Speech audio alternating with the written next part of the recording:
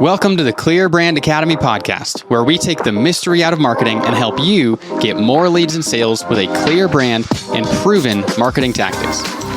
I'm your host, Alexander Toth.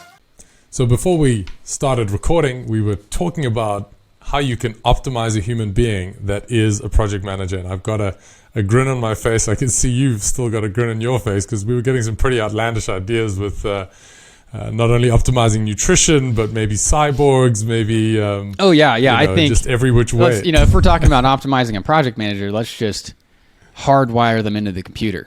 If they're going to be I think a cloud sync between the team's thoughts and the project. Yeah, manager. we can. And so, keep going. Yeah. I was thinking, well, there's got to be a client side of that as well. Like if we could just tap into the client's deepest unmet needs and make sure that those are in our minds and their language of how they describe problems and solutions that they're looking for. Oh yeah. If we could, this is where Elon Musk's Neuralink could be the key to the future here, right? We're just gonna make everyone into a computer, and then that person's computer will talk to the other person's computer. I mean, this could be the end of misunderstandings, right? If we're entirely.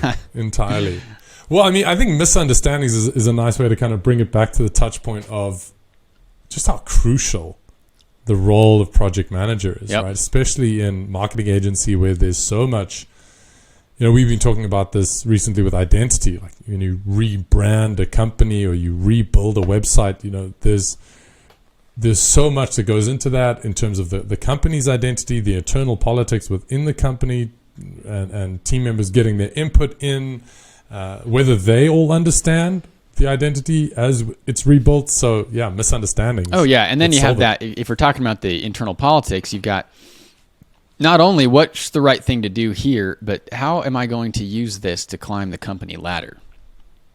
Right. How can I use this instance to prove to my boss that what I'm doing is the absolute best and they need to pay me more? Yeah.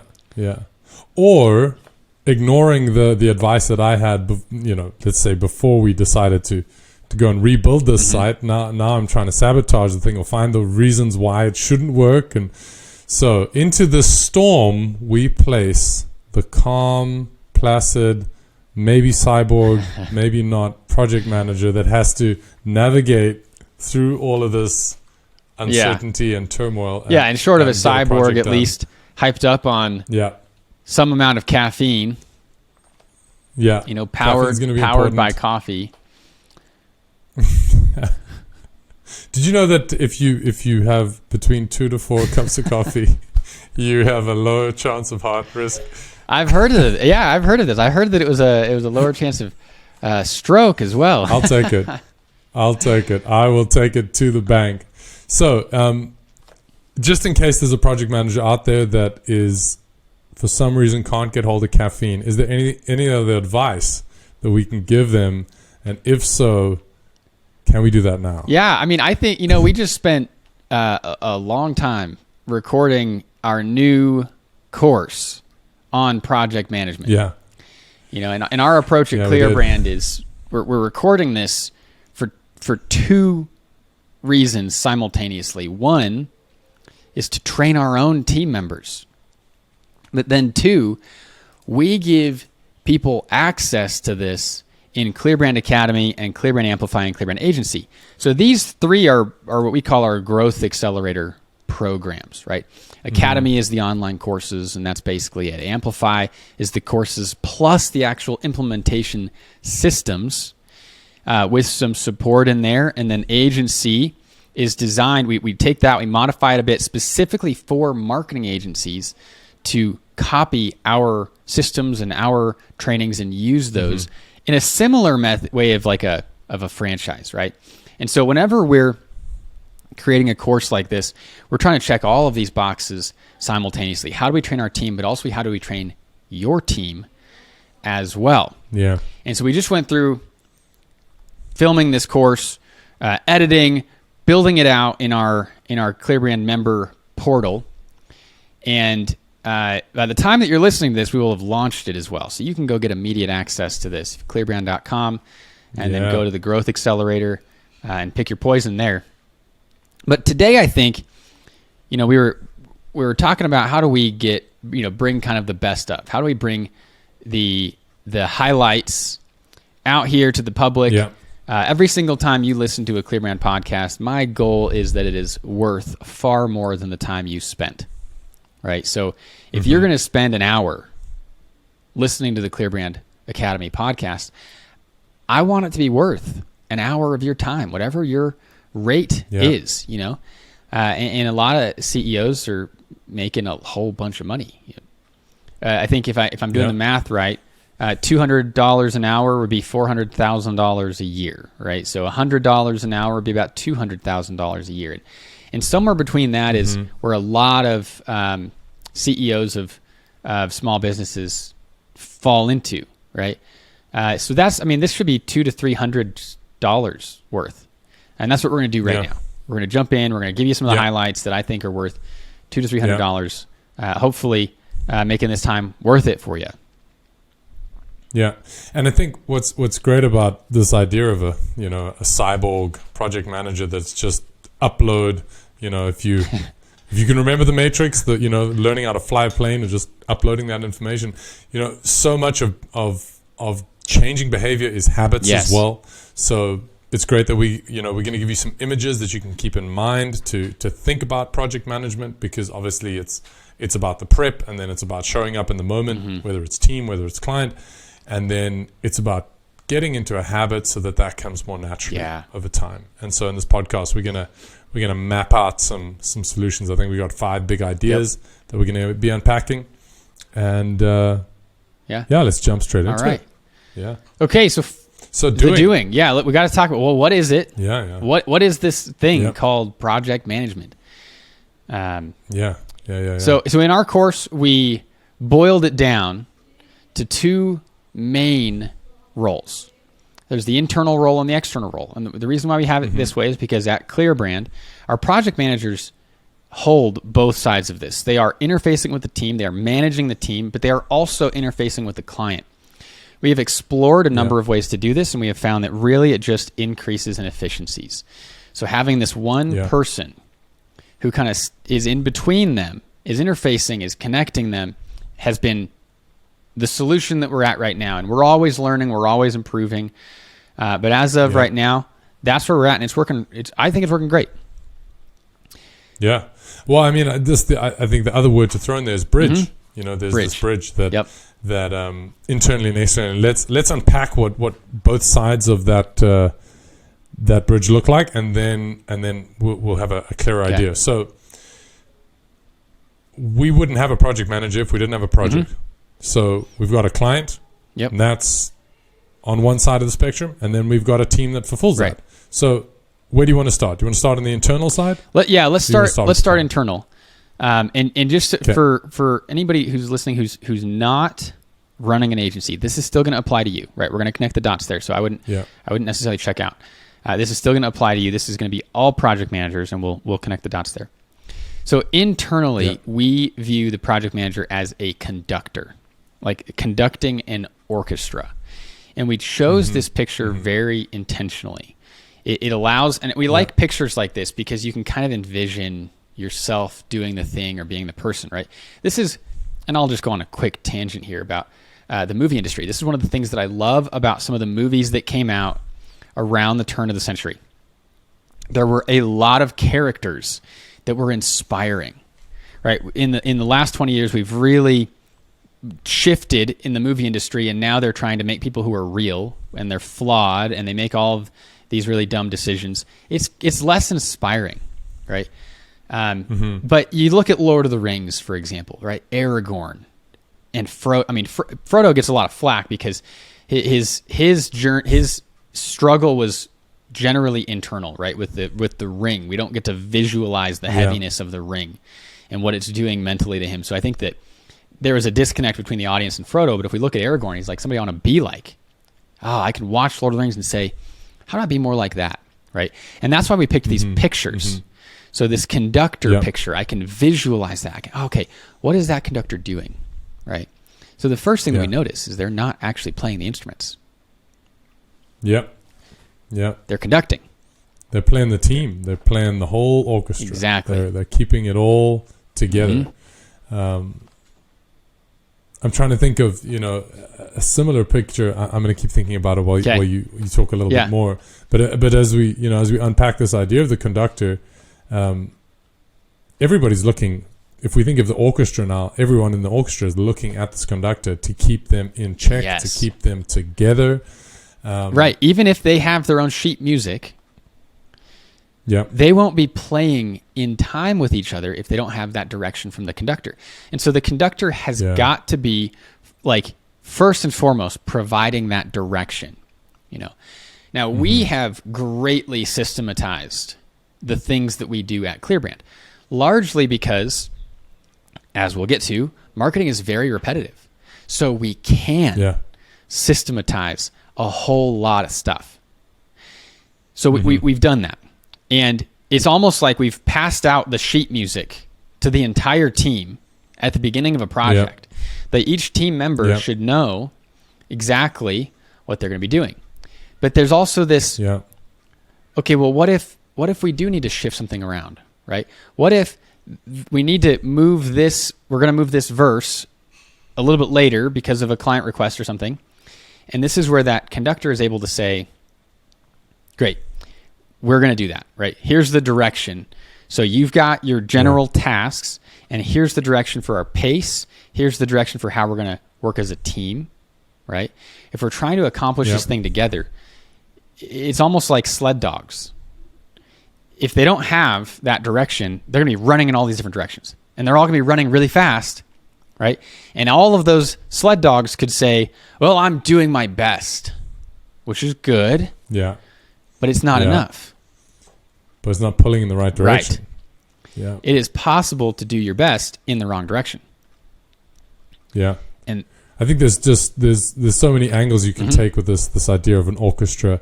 I'm also thinking about, the team members themselves. You can't just show up and look at the sheet music for the first time. Right. You've got to have practiced. You've got to have your instrument of expertise. You can't be like, okay, we're down a violinist. Okay, cool. Well, I'm normally playing the flute, but I'll just you have to be able to play your instrument. You've got these experts that come in. Yeah. And I think what's also interesting, and I know we could unpack, the courses much longer than we can get into in a podcast, but everyone in the orchestra deserves to be there, and might not even have been chosen by the conductor. He may have been involved in the choice-making decision, but when he shows up, he's expecting, if you're in the violinist chair, you can play the violin. You're there. You know what you're doing. If you're the cellist, I'm not going to say like, hey, did you what grade did you come in at? We're there. Got the sheet music. Let's move on. Let's go. Exactly. Great. Right. And so one of the key things here, and we mentioned this, but I just want to highlight this because this is huge for project managers. The conductor does not play the instrument.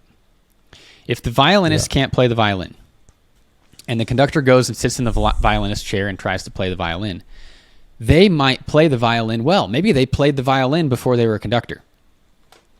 But now the team doesn't have direction. And they're going to slowly get off the beat a little bit, and they're going to each start playing their own thing. Maybe one person decides, I can just sense that we're not doing a great job. You know what I should do? I should do a solo. That's what I'm going to do. Yeah. I'm going to go do my bass solo now. Right? Cowbell solo. Right. Cowbell. Right. So we don't want that to happen. So I would rather the violinist flounder. If they can't play the violin, they got to not play the violin, right? And that's generally not the decision of the project manager. That's generally the decision of their boss or somebody else. So we got to make sure that they've got the right people. But if for some reason one of them's not keeping up, the conductor still has got to own that role of conducting and provide that direction. Yeah. And, I think another component of this is how did you become the project manager, if that's who you've become. And generally not generally, but what can happen is that you're an expert. You're this amazing violin player. Maybe that's an SEO expert or whatever it is. You've been around for ages in the team. You kind of know the score sheet so well because you've played this song so many times, and you're actually starting to kind of point things out to people. And then, your management says, okay, well, you know this, so you come and get in the front and you can lead us all through it. But hold on, I'm now trained in doing this specific skill playing my piece of music, and now I've got to right actually not do that, and I got to let someone else play it because you got to fill the seat down in the orchestra, and that's a big piece as well. So to get this idea clear in our minds that the conductor is not the orchestra, they are two very different things. Yeah, and I think this is a huge super important difficulty in a lot of companies is they take the person who's good at doing the thing and then they make them the leader. Yeah. But they forget that person doesn't have the training in leading, right? They don't have the conductor training. They have the violinist training. Yeah. And that's what this course, and hopefully this podcast will help with as well, but that's what this course is for. This course is to take that person who's done the thing. We got to give them the training on conducting. It's a different skill set. Managing is a different skill set from actually doing. And so we want to make sure that they have that. Okay, amazing. So we got this conductor. This is the internal team. We're conducting. We're not getting involved if somebody is dropping a ball. We're pointing it out. We're accommodating for it. We're moving things around to make sure and that before I think that's an interesting phrase that we're not getting involved. So I would just want to pick that apart. We're supporting. We're resourcing. Yeah. Right. We are managing in the sense of this has to get done.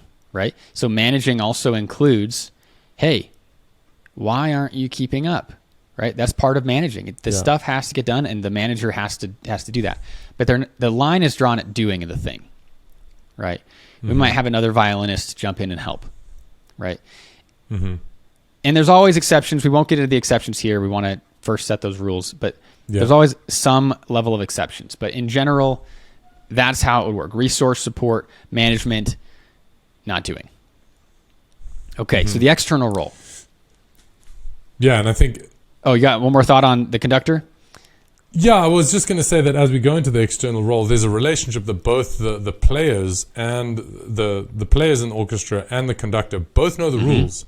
Like they've kind of had this ongoing conversation, and then there's a performance that happens. Yep. But if we move out of that space into the client space, into a client shows up and they've paid this money to work with the team and get this result, in our case building websites, doing marketing, in your case maybe a different kind of project, they haven't had the prep. So you can't conduct a client because they don't have sheet music. Right. They come from a different whole world. Yep. So the image that we've used in this space is more like a high-end server in a 5-star restaurant that's just delivering the service excellence. And I want to take... And that's the image. So yes, we're going to jump into this server, but I want to connect the dots for the folks who aren't agencies and who aren't doing it exactly this way. There is always a client. They might just have a different name. Yeah. Right? So the client might be the boss. And in our Amplify program, where we're taking these systems and these teachings and we're applying these to small and medium-sized businesses, that's what we say, right? The boss, maybe it's the CEO, maybe it's the marketing director, maybe it's somebody else. They're the client, right? So whoever the project manager is going to be reporting to in a small business, that is what we're going to be calling the client. I'm fascinated by the movie industry. I've been watching a lot of videos from VFX artists, and it's the same thing, even if it's not necessarily an agency. These digital VFX are generally done by a third-party company, right? And so that company is then serving the main company that's making the movie. So they might not be called a client, but that's kind of what it is, right? So we're going to use the word client as we move through this. But if you're the boss and you're thinking about you have a project manager, or you have maybe even a marketing director who does manage projects, you're the client in that case. Yeah. All right. So this server picture for how does the project manager approach the client? Tell me more about the server, the high-end server. Yeah, it makes high-end server. I've got like most of us started out in serving and barring. Right, in the restaurant industry, so many folks have worked in it. Yeah, so many folks, right? So I was one of those as well. And, the kitchen compared to the front of house, that's this idea is that the server is this connection that goes to the client and calm, and I'm not rushed, and take your time, and what do you feel like eating? What do I think about these things on the menu and what's in stock? Yeah. And, okay, thank you so much. Make some calm notes and then turn around and I got 5 other tables. I got to get their orders. I got to pick up the drinks, drop those off, go back to the kitchen. I got to make sure that everyone in the kitchen is understanding that my orders are super important because there's other servers out there as well. So it's this, it makes me think of a duck on water, right? Everything is calm on top, and then the bottom, these little legs are just, going like crazy to make sure that everything's moving in the right direction. So that's so that's kind of the both sides, right? But as we're approaching that client, we want it to feel like a high-end restaurant experience. You go to the restaurant, if you're the client, and let's put ourselves in our client's shoes. That's one of the things we want to be doing. Yeah. You go sit down at the table. You're paying a lot of money for this meal. Right. But it's not just for the meal. You're paying for the service. You're paying for the environment, And so as the project manager turns from conducting the orchestra and to the client, that's the client's experience, right? And so we want to give them that experience. Hey, how can I serve you? Right? What is it that you're here for? Yeah. Is that on the menu? And I think it's just so important that we have this idea clear. And I love that image that you've had of like turning around. So we're facing the orchestra, and then we turn around. Now we have to leave certain things behind us. Our team has gone through 100 projects already. They're really set up to hit it with these are the tasks that we're going to hit. We turn to the client, and imagine we bring that into the client space. Okay, this is what's going to happen. We got this going to happen, then that going to happen. No ways. This is the first time that they've done this with you. They want to have space. They want to be heard. Right. They want to know that this is special. This project is unique. It's going to be the culmination. They've been saving up budget for this for 6 months or however long that they've taken to make this decision. And now we got to walk them through that good decision. Every moment they go, they got this. This is a great decision. I trust these guys. And I guess trust there means I have confidence in their ability to deliver what they say they're going to deliver. So a couple things about this experience then. How do we deliver this experience? Well, a lot of the server job is going to be listening, right? Asking the questions. Hey, is this the first time that you've been here before? Yeah, sure. Okay, let me walk you through the menu. Let me walk you through, maybe we do things a little bit differently here. Okay, how can I help you reach your goals? Lots of questions, lots of listening. Yeah. And I, just from the experience that we've had with so many clients along the way, we really find that the investment of time here, if a thought that's popping in like, oh, we don't have time, we've got to get going with the project. But we've seen it in the data, we track all the hours that we spend with clients and whether team members are spending, designers or copywriters or ad experts, if they're getting pulled into client meetings, that's time we're tracking as well. And we've seen consistently that investing minutes here will save you many, many more minutes, 2x, 3x minutes down the line. Right. So taking the time to make them have a fantastic experience of being heard and being understood, that they get the experience of that my server is on my team. That's exactly it. My server's on my team. My server's here taking care of me. Now, one of the things I love about this picture is that sometimes everything goes according to plan, right? Everything that the client orders is on the menu. Great. No problem. It's delivered perfectly.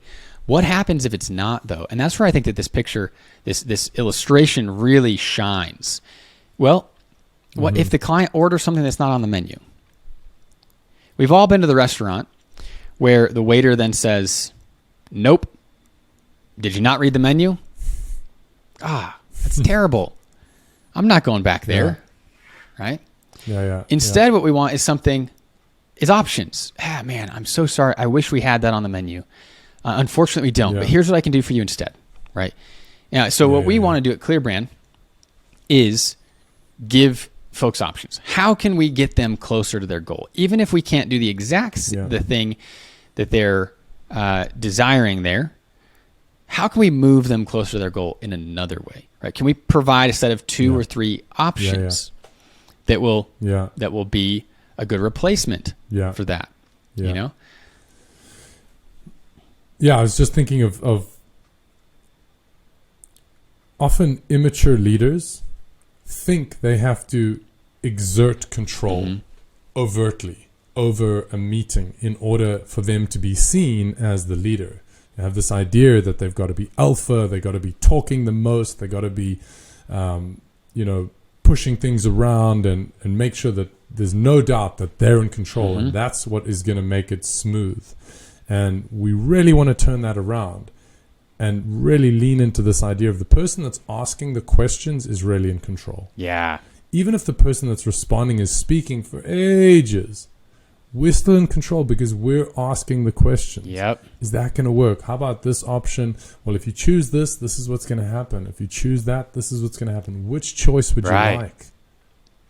And being okay with silence and being okay with giving the client space to really just get it all off the chest if they need to. Yeah, and I think that what you just said is huge, because a lot of times, this is the client, or if you're not a marketing agency, you're a small business instead, maybe the boss, maybe they aren't a marketing expert.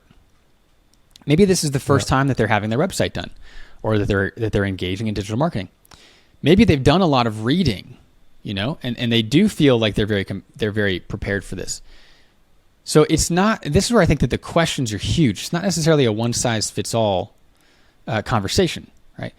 We've had clients who knew tons about marketing. They just didn't have time to do it. We've had other clients who knew basically nothing, and they were aware of that, and they came in and they said, hey, we're looking for the experts, So these are going to be a little bit different.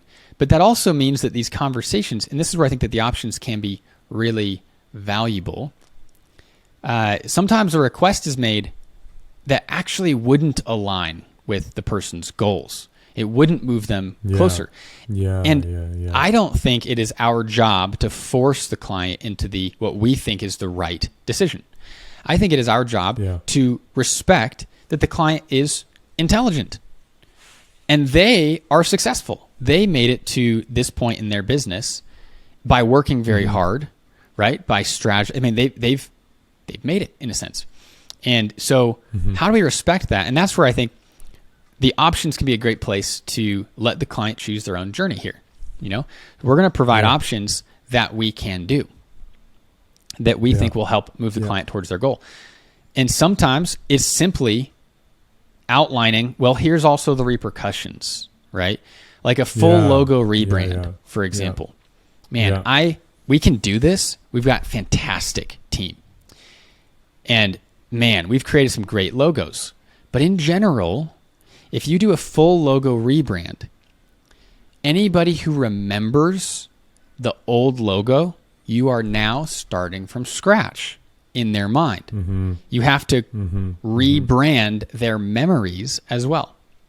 And so we like to look for ways where there is more of an iteration. How do we improve on what's there? How do we take that, build on the memories, but also bring it into the current year, right? The current century. Sometimes the logos were created 20, 30 years ago. Now, the client might say, I just hate this so much and I want the rebrand, right? Okay, here's the repercussion. We're happy to do it, right? And you're going to be the one to make that decision because you're the one who owns your company. You're the one who's made it this far, right? So we're not saying either one's necessarily a bad option. They both just come with their own set of real world consequences. They both come maybe with their own costs as well. Maybe there's 2 different price points for these different things, And that's where I think the options can be a great way of involving the client in the process and letting them own their part as well and maintain it. It's still their company, maintain control of their company. They're not here to relinquish control, right? They're here for us to help them get where they want to go. Absolutely. And I think that is so much about expectation management as well. You've clarified and you're clean. You leave the meeting, you're clean, decisions have been made, you haven't kind of made decisions on behalf of the client, and then they're going to find out, and then, oh, I didn't okay that, and now right. you're dealing with all this gray area, especially if it's a fixed term kind of project on the financials and timelines. It's just going to cause so much chaos, as opposed to just showing up in that, calm and very clear and very much based on serving, and these are your options. It's your choice. And at the end, they get to feel good because, hold on, I made all these choices. It's my project. This is the website. Yeah, we worked with this agency, but, I guess at the end of the day, we want them to sit in their meeting and go like, they built it, but it was our vision, our vision, and we put it together, and then they get to have that feeling as well. They get to feel like the hero.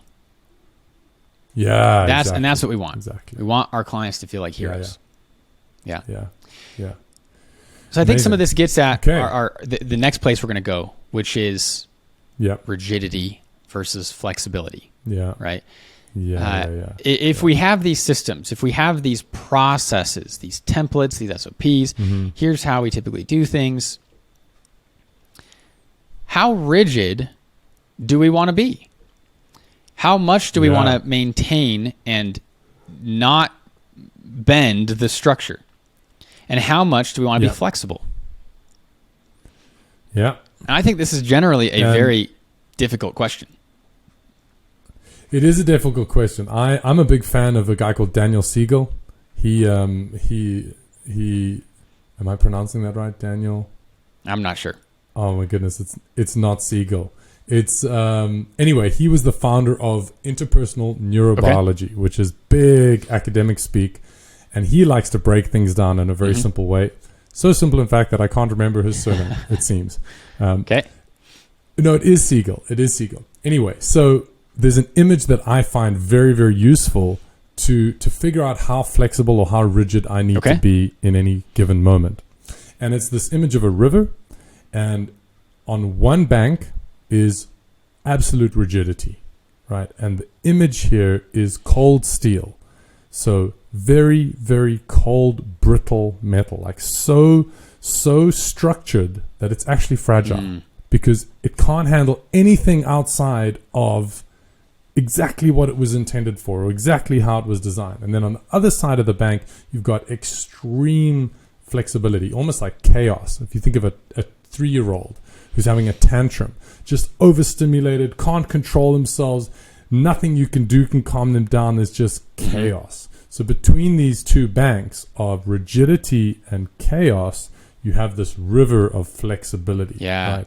And your boat might go closer to one or closer to the other, but you never actually want to end up on either bank because you want to keep moving down the river. That's progress. And the flexibility is the flow of the water towards your project, right? So sometimes you got to be a little bit more kind of rigid, but you don't want to get on the bank. And sometimes you got to be open to a little bit more chaos that, takes us away from our systems for a little bit. But then, we can come back into the center and keep moving towards our goal. So that's the image that I love that. That helps me make sense. I love that. And this is a common topic if you look at thought leaders. So Jim Collins talks about the genius of the and. And one of the ands that he talks about is structure and flexibility. And even as I introduced this, I said rigidity versus flexibility, but it's not versus, right? It's the and. It's structure. And rigidity is probably the wrong word here. It's structure and flexibility. Brene Brown talks about soft front, strong back. And I love that as well. And that's kind of its own version of this. There are things that we do and there are things that we don't do, right? So there's some structure. There are some ways that we do those things.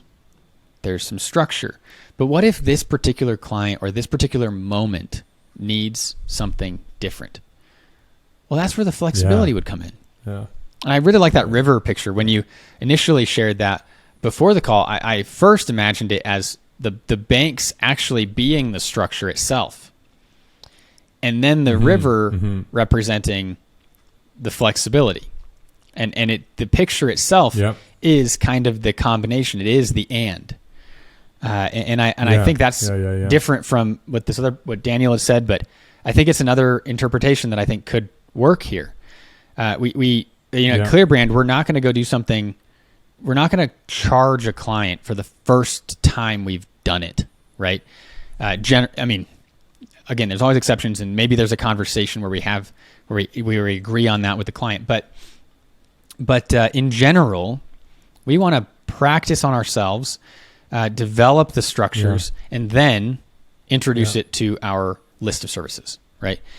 We're doing that with a number of things right now that we're kind of keeping secret because we don't want to sell them yet.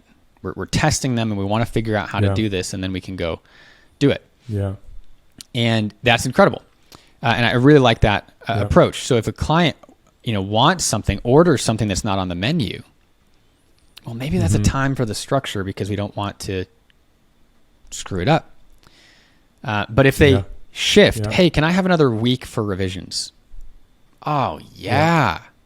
That's maybe a moment for that flexibility. In fact, what we just did is we're introducing options for revisions. What we found is, as we said earlier, clients are not one size fits all, and we've been working through how do we approach revisions, right? Generally for agencies, revisions are a difficult phase because the agencies have a vision for the project and the client has a vision for the project, and the revisions are this space to collaborate between them, but they don't actually share a culture, right? The company has their own culture, and the agency has their own culture. And so revisions can end up being difficult because they're approaching them with their own culture, right? We have a culture specifically for disagreement, and not all of our clients have that. And so we've introduced options for revisions where the client gets to choose, how do you want to go about this? So we've actually taken our structure and we've built in flexibility. We've seen this is an area where the clients really love the flexibility. So how do we build that in? How do we prepare for it? And kind of like the banks of a river, how do we kind of usher our clients into a version of this that isn't, like you had said, totally free of structure? I think about if you went and built a car from scratch and you'd never done it before and you're building each of the pieces, that car is not going to run, right? That thing's going to fall apart. Same thing is true of websites. Not going to run anytime this year, right? At least. And the same thing is true of websites, and the same thing is true of a lot of stuff. Yeah. If we're starting entirely from scratch, if you look at Tesla, right? Part of how they're able to maintain generally a high level of safety is because they figured it out, and then they do the same thing with each of their cars. Yeah. And I'm just thinking of you were talking about the structure and freedom. I'm thinking about Cristiano Ronaldo, maybe the greatest football player ever. Would someone say that he's not creative? No, they would say he's incredibly creative. And why? He understands the structure of football incredibly well. Yeah. And because he understands the rules and he understands what it takes and he understands all of these structures of that game, he can then be creative. He can show up and be creative. And how that relates to our idea of the server and the conductor, because the project manager has to be the bridge. They're showing up in that meeting with the client and they're getting into their team. They're taking on their culture. They're representing the client when they go back to the orchestra and say, well, actually, I've got a feeling that the client, prefers these kinds of sounds because I was in this meeting and we had this great chat and I listened. So they're really in this bridge space as well. And if they don't have the structure in place of what we can offer a client, then they also can't be flexible in the meeting. They'll have to be saying, well, I'll have to check with, whether we can do this or not, because they're not sure. Right.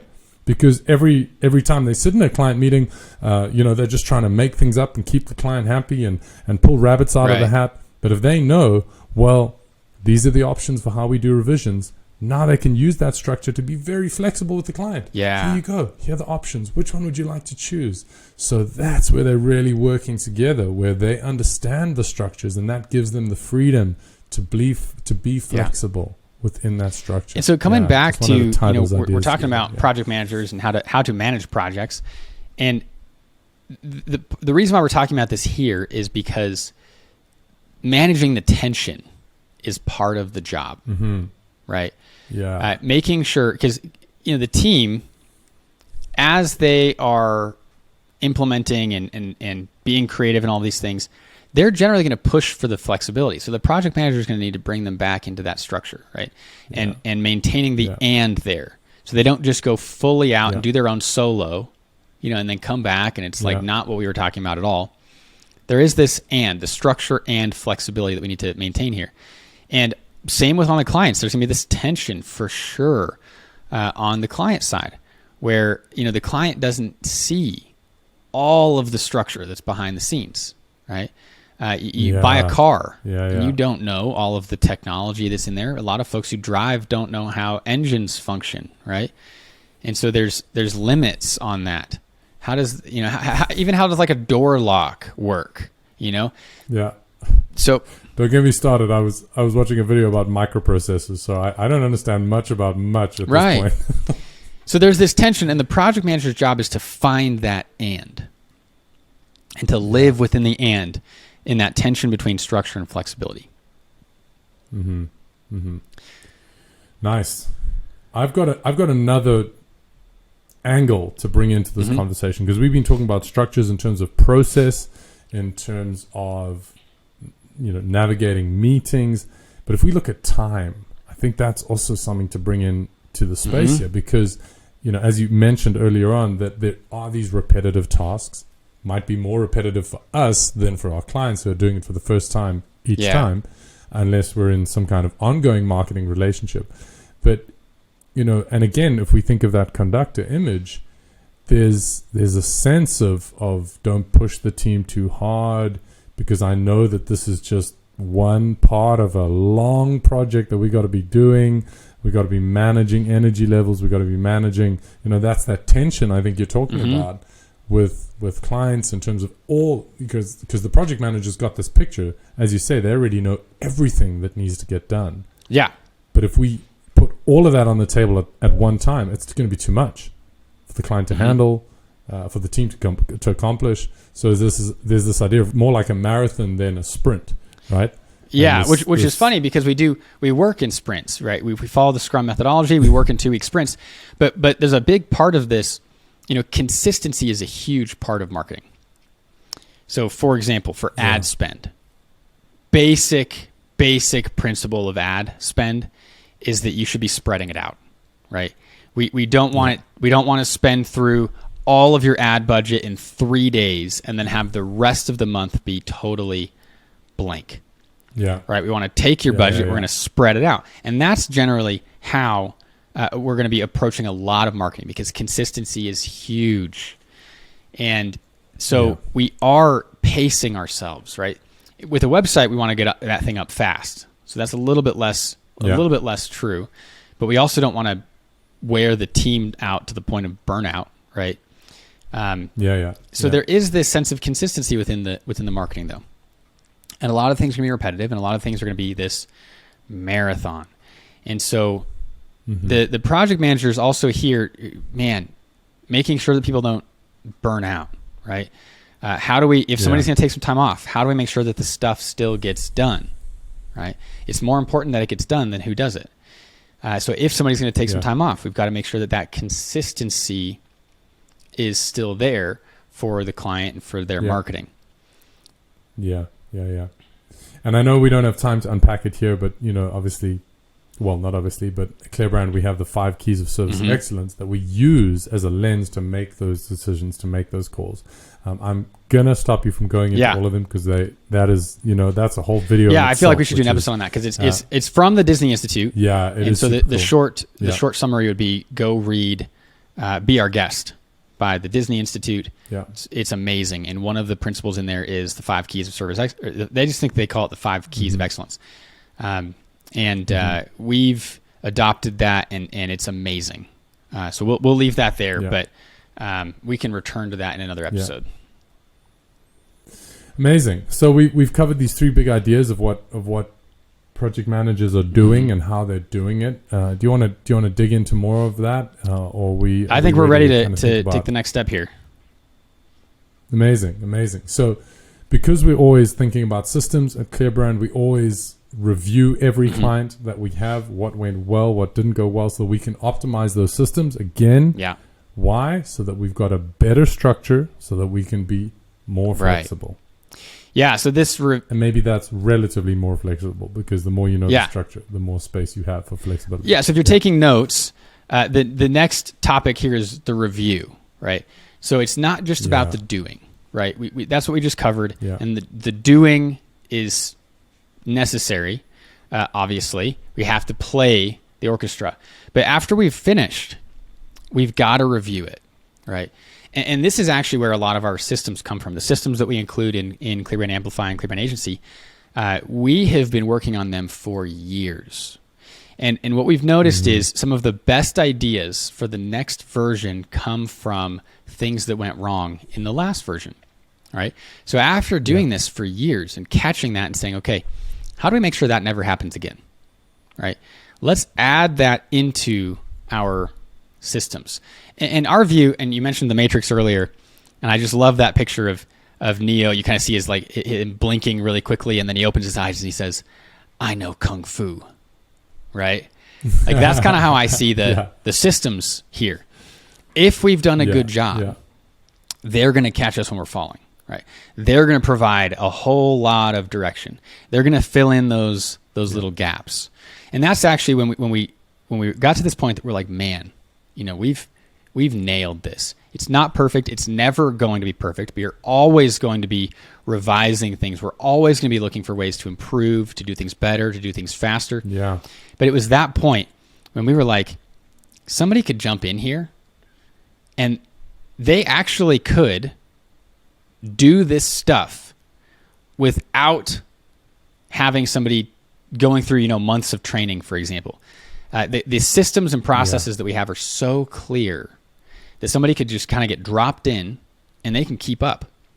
And we've been experimenting with this with our new employees. And there is a level of instruction that needs to happen, mostly about how to use the systems. But once you've been dropped in, right, if you know how to play the violin, this basically covers everything else there, right? So if you're the web developer, you've got to know how to develop. If you're the designer, you've got to know how to design, right? The systems don't teach you that, but they do go through the processes. And man, this is where I think ClearBrand Amplify, ClearBrand Agency, they're a steal. It really is like it's a marketing department in a box, right? To get these systems, it's incredible. And part of how we've gotten here is with this review process, right? Every single sprint. So I mean that means every 2 weeks. We are looking at what happened over the course of the last 2 weeks. We're discussing it. We're saying what went well. Great. Let's keep doing that. What could we have done better? Great. Let's make that better. Right. Yeah. At the end of every single project, we're looking back over the whole project and we're saying this. And this is where some of our best ideas have come from. So giving clients the option of how they want to do revisions came from a review process, right? The way that we send stuff to the client, many iterations to get to where we're at now through that review process. Yeah. And, I think it's just such testament to these ideas we've been speaking about that we have the time to do it. It's not that we got no clients and we got time to fill. I've worked with agencies. There's, we've got a high client load, and yet because we've got the structure, it holds us through the ability to review, to plan, to spend time with clients, spend extra time with clients, give them different revision options, because you're not just making it up as you go along. You've got something and you're dialing it in all the way. Can you imagine that if an agency or any company is entirely dependent, they have no systems, so they need to hire the right person, and that person is just going to do it the way that they feel is best, right? So first off, that means each person is going to do it differently. So that's going to lead to a lack of quality in some places, but definitely a lack of consistency. So if a person goes to buy from that company, they're going to have no clue what they're actually going to get. But the other thing here is, how do you improve that? Because you're working out of that person's memory. I bartended for a little bit. And when I got promoted to bar manager, I took over the process of inventory and purchasing. And the previous person was doing all of the purchasing from memory. So she would walk around and she would look at gaps, right? We had the back bar for example. And generally what we would do is we would, if when we ran out of something, if we didn't have a replacement, there would just be a gap. And she'd try to remember, what was that was there? You know? How do you improve that, right? So the first thing that I did was make an extensive list of every single thing that we had and how much we should have in our inventory, right? So you have to have that in order to make improvements in general. So that's what we're doing here. So, and I think, what were you saying? It's super important here. Just I know we got these two great tools that we're going to look at in a moment. The idea that the training is for the role, the instructions are for the role, the individual fills the role. But if we base our businesses on individuals, what happens when they don't show up? What happens when they can't come in? What happens when they get disgruntled or there's a disagreement? We have to be building great companies that are based on roles and clarity of structure around roles so that anyone can fill it. Because that's the point, right? Our project management course is about training the role. You know, you're not an automatron. You're not a cyborg. Kind of, we were joking about that in the beginning. You need to show up with all of your individuality that you have to bring into how you will conduct, into how you will serve. You know, you're going to bring your personal flair.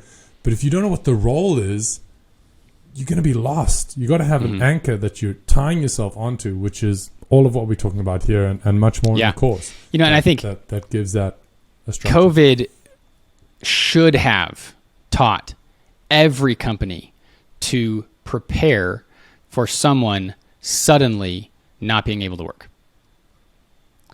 And if it didn't, then take this as a learning moment now, you know? So I am constantly thinking about this. What happens if someone is unable to work for 2 weeks and we were not expecting it? You know, I show up on a Wednesday morning and I've got a message that this person's sick or hospitalized or worse. The show must go on, right? Unfortunately, it's the truth, and that's part of business. Yeah. And so that's the other thing that we have these systems for and training for the role is to make sure that the show can go on. So how do we review? We've been kind of going around the review process, but let's actually talk about it. There's two main parts to our review process. One is to say what happened and why. And then we're going to ask why 5 times. Right? Yeah. What happened? And let's say that a revision got missed. Okay. What happened? The revision got missed. Well, why did you ask me? Okay, sure. So let's say that the revision got missed. So if I say to you, why? Why did the revision get missed? The revision, I didn't get enough time. I just ran out of time. Okay. And why did you run out of time? I ran out of time because I didn't actually know that this task was on my list, okay. to be honest. And why did you not know that the task was on your list? I mean, I checked my Asana inbox, and that's generally where I pick up my tasks. I didn't see it there, so okay. I didn't see it. And so was it not in the inbox, or did you just miss it? Well, is there somewhere else that the tasks go? Because I just skimmed my inbox like I normally do, and it wasn't in there, so that's why I didn't get done. Yeah, so I think we can, this is interesting because what we've done at this point, if we kind of pause the back and forth, is we've now gotten to the system. And that's the goal. Now, and the goal of this is understanding, right? It's not blame, and that is key. It is to understand what happened. So now, with this back and forth, and we didn't even get to the 5th time, but what we understand is, well, there's another place where tasks show up, and you didn't know that was there, right? And not saying that you actually didn't, but in this role play. Okay, great. Let's go talk about, why did you not know that it was there? I guess would be the next question. Why did you not know that there's a second place to check for your tasks? Yeah. And then we get to, it wasn't in the training. There it is. Yeah, I was going to say, I skipped the onboarding. Right. I was too busy and I skipped the onboarding. Then it would be either why did you skip the onboarding or is it in the onboarding, right? And so we're looking for where is the system off, okay? Yeah. Now, if the systems are spot on, then the question is, why did you not do the systems, right? Now we've shifted from a system question and potentially have moved into a person space. But that's a big shift, right? So almost always the problem is with the systems. And so that's why we want to keep asking why and digging deeper and deeper and deeper, is to discover how do we improve the systems here, right? If it's not, let's say that it wasn't in the onboarding. The training did not teach you how to use Asana, right? And we use Asana. Asana is a project management tool. If the training didn't teach you how to use Asana, it's not your fault, right? We got to go fix the training. Yeah. And most of the time, I would say about 90% of the time, the problem's with the system when something happens, right? Yeah. Now, if the problem is, well, the systems are correct, but this person didn't do it, that's then a management conversation. Yeah. Right. And that's where the project manager, absolutely. And at ClearBrand, we're going to criticize privately. We're going to praise publicly. Right. So we would say, okay, let's schedule a meeting to talk about that. Right. If we're in a big team thing right now, we're not going to go too deep. Yeah. We're going to schedule a meeting to talk about that, but that's going to be that conversation. Right. The systems are here to support you. We do not serve the systems. The systems serve us, but we must let them serve us. Right. If we ignore them, then they don't have that space. Okay. So 5 whys is the first part of the review. So we got the 5 whys. I just wanted to bring this image of anyone that's worried about conflict, that think about a doctor. Think about a doctor diagnosing a patient. There's no conflict. There's no anger. There's no, there might be passion and raised voices, which we're not against in ClearBrand, but there's this idea of that we're just figuring out what happened. Right. So what happened and why did it happen? And I'm making notes and we're digging down into this so that we can improve upon it, as opposed to pointing fingers and blaming. And that's where we get this idea of autopsy without blame. And that's what we call it. We call this review process the autopsy without blame. And we call it that. It's from Jim Collins, but it's specific. I love that the words without blame are in there, because it reminds us that is not the point. The point is not to point fingers. It's to identify the system's problems, right? Now, just to comment on conflict, because as the project manager, you will need to get into conflict. I would recommend reading Radical Candor. It's a book by Kim Scott. It's amazing, and it tells you how to approach that. She believes it is your moral obligation to tell people when they're doing something wrong, and I would agree. And you have to do it with clarity. She has a quadrant thing, right? So there's a x-axis and a y-axis. One of them is challenge directly, and the other is care personally, and we want to do both. We want to be challenging directly. We want to be caring personally, right? And so if you are feeling uncomfortable about conflict, you're going to have to get over that in order to be a project manager. So I'd go read Radical Candor. Absolutely. Okay, next part of the review process. Great. So we figured out what happened. We figured out what needs to change. Right. And our goal here, just to reiterate, because I think this is an easy thing to miss, our goal is understanding with the whys. We want to understand. We cannot fix something if we don't know what's happening. It's like the doctor picture. If the doctor does not do a physical and a workup and blood work and an x-ray or whatever is needed to actually understand what's wrong, they cannot help. So we have to have that understanding and asking the questions to get there and figuring out the deepest why that we can get to with why things went right and why other things went wrong. If we got that understanding, now we're going to go into the KISS phase. And this stands for keep, improve, start, and stop. Keep, improve, start, and stop. So we're asking these 4 questions. What are we going to keep? What are we going to improve? What are we going to start? And what are we going to stop? The keep is generally the hardest because we're going to keep everything, right? Is kind of where the conversation starts. So sometimes we'll focus that in more on things, maybe an experiment that we were trying, or something that we had done a little differently, or something that, that's where we're really going to focus on the keep. We don't need to go through every single piece of every single project because we're going to keep most of it. Improve, generally a lot easier to talk about. What are we going to improve within our systems and processes?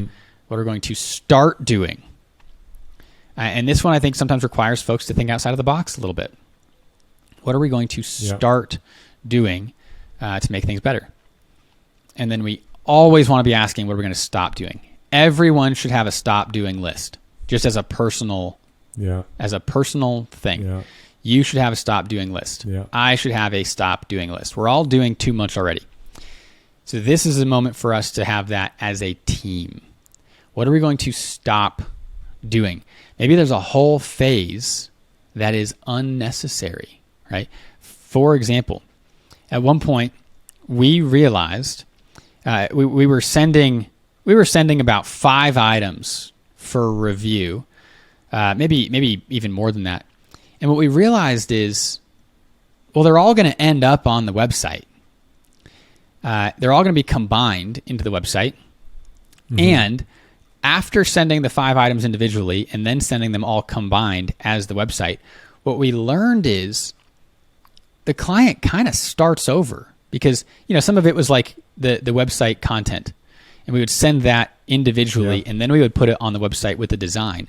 And then the client, after commenting on like Google Docs basically, and then they received the website, they would basically start over, and they would go through all the content again, because now they're seeing it in a new light, right? And it totally makes sense. Yeah. So we were essentially doubling the amount of time that was spent reviewing the content. We just erased that whole first phase. We don't send the Google Docs anymore because the client's going to see it on the site. Now we're able to build websites way faster. And the client doesn't see the same stuff twice. The client doesn't have to feel like they have to justify why they're changing something that they already changed now that they can see it on the website itself, So it's simplified everything for us and the client. It's made everybody happier. It's made everything faster. So that was on our stop doing list at one point. Stop sending the content on its own. Great. And that's just going to help us dial it in each time. And then next week there's going to be another realization, and next week another realization. So I think, just to iterate here, I've worked in companies where there's very little time for reflection, because there's just this manic to-do, and the to-do list is never getting done, and it just feels like this avalanche that never stops, right?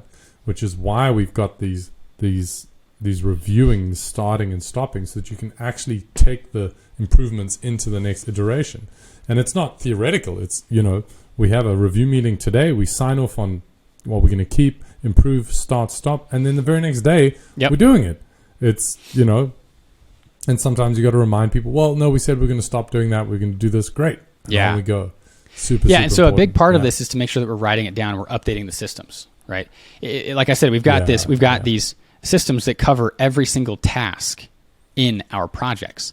And so when we make these changes in this meeting, when we say we're going to stop something, we've got to go update the project templates and those systems so that they reflect this change that we've agreed to. Otherwise, that's going to be confusing for everybody, right? They've got the wrong sheet music. Going back to the conductor picture. We got to update their sheet music so that we're playing the right notes. Nice. Okay, so that's, this is project review, this is team review, process review. If we turn that lens on the project manager itself as we close out this podcast, thinking about, how do I know as a project manager if I'm succeeding, if I'm a CEO, how do I know that my project manager is succeeding? Is it the sound of the music? Is it the smile on customers' faces? Do we have a metric? Can we reduce this to numbers so we can track it and trend it? So let's close off with some thoughts. So there's 3 main things that we're going to be tracking. 3 primary things that we're going to be tracking. The first is what percentage of sprints is accomplished on time. So a little bit of clarification here. So at the beginning of each sprint, on the first Monday, we say this is what we're going to accomplish, right? And because we're an agency and we work with multiple clients, we're actually deciding on what we're going to accomplish for each client.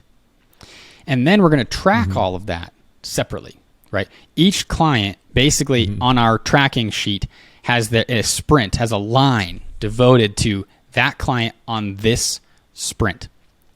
And the sprint for us lasts 2 weeks. So 2 Fridays from then, we're going to meet and we're going to say, did we do what we set out to?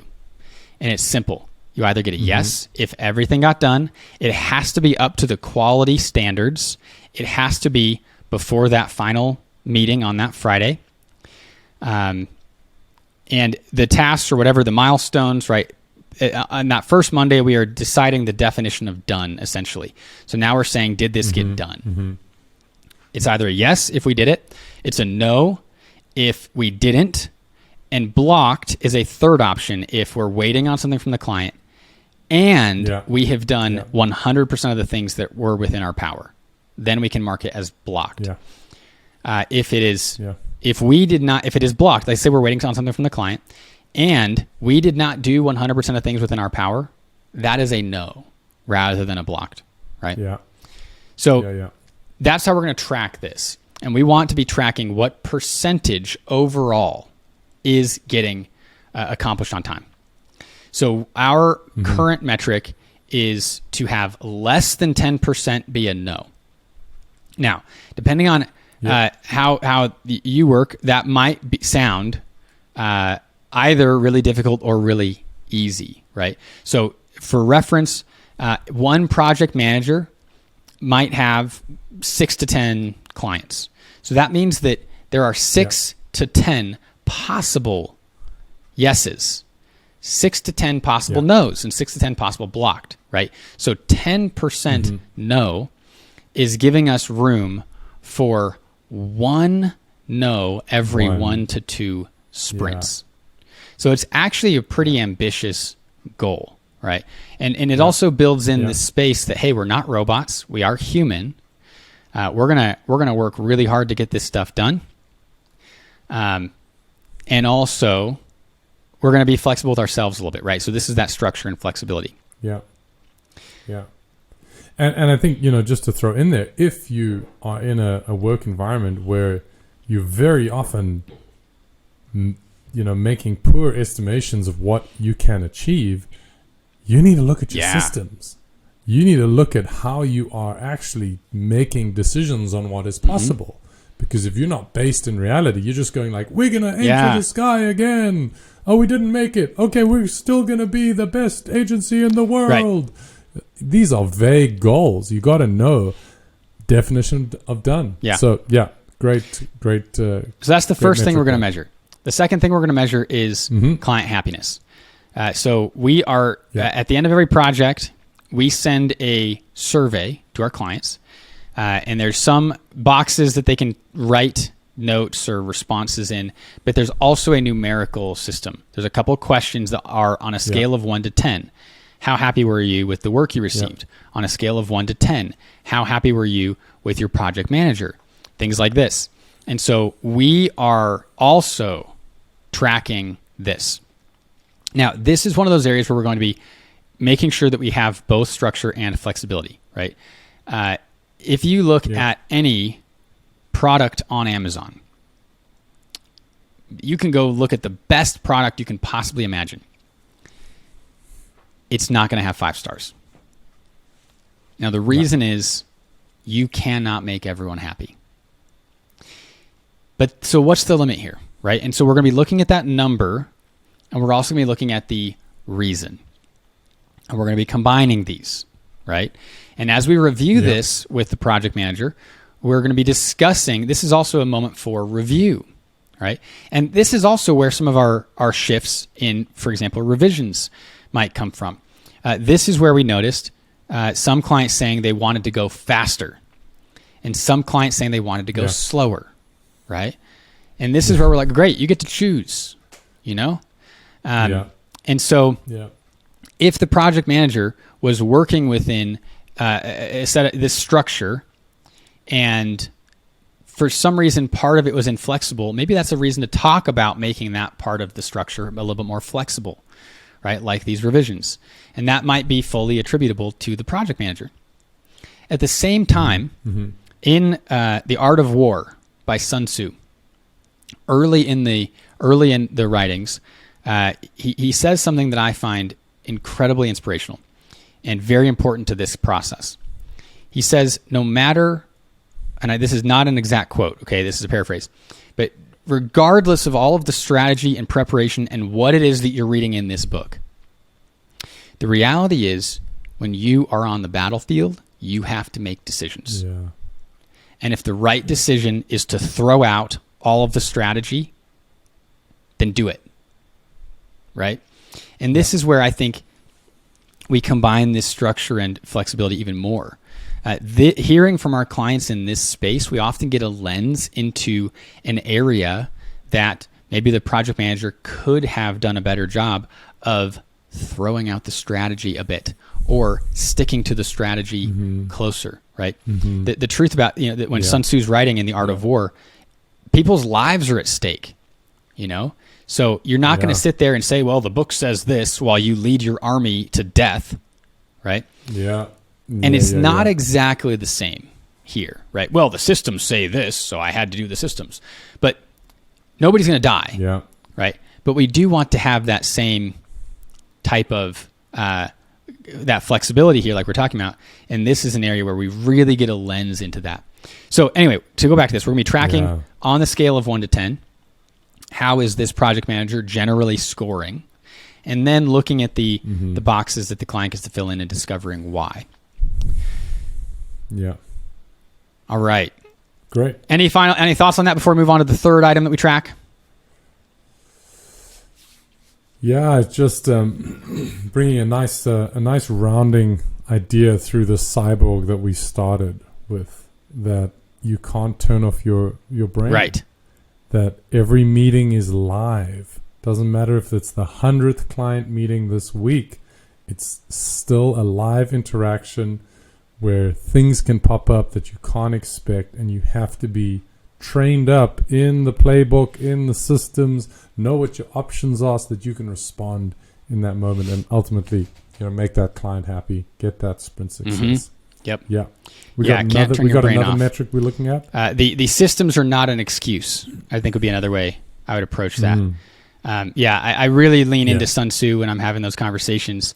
If somebody's saying, well, the system said this, it sounds like that moment needed something else. And that's your job as the project manager, right? All right. The third thing that we track is the budget. Each project has an allotted budget. Typically, we are going to be tracking this in number of hours to make it simple for the project manager. Depending on how you track this, it might actually be in dollars. But like I said, ClearBeyond, we're going to track hours. And so we have all of our team track what they're doing. They are salaried, but we still want to track so that we are maintaining the budgeted time. Depending on how you're approaching this, either if you're charging hourly, it's going to mean you're accurately charging, and so we want to be accurate about that. But if you're not charging hourly, keeping projects within budget is going to mean you can do more, right?